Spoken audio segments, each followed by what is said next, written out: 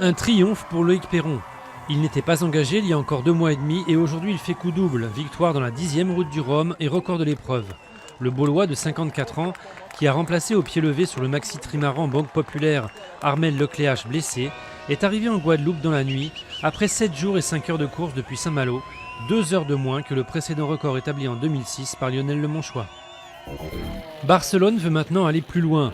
Plus de 2 millions de personnes ont participé dimanche au vote symbolique sur l'avenir de la Catalogne et plus de 80% se sont prononcés pour l'indépendance, alors que les opposants avaient dit qu'ils boycotteraient le scrutin. Le président catalan Artur Mas veut maintenant organiser un véritable référendum d'autodétermination, ce que refuse Madrid.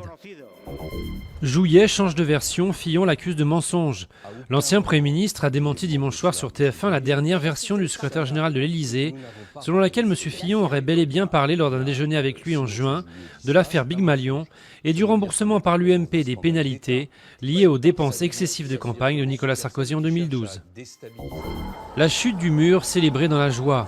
Des milliers de ballons blancs se sont envolés dimanche dans le ciel de Berlin, le long de l'ancien mur ouvert il y a 25 ans. Sous les vivas de centaines de milliers de spectateurs, 7000 ballons lumineux ont été largués un par un au son de l'hymne à la joie. L'esplanade du Sphinx, bientôt rouverte aux touristes. L'accès au pied de cette imposante statue à tête d'homme et au corps de lion va être de nouveau possible après presque 4 ans de restauration.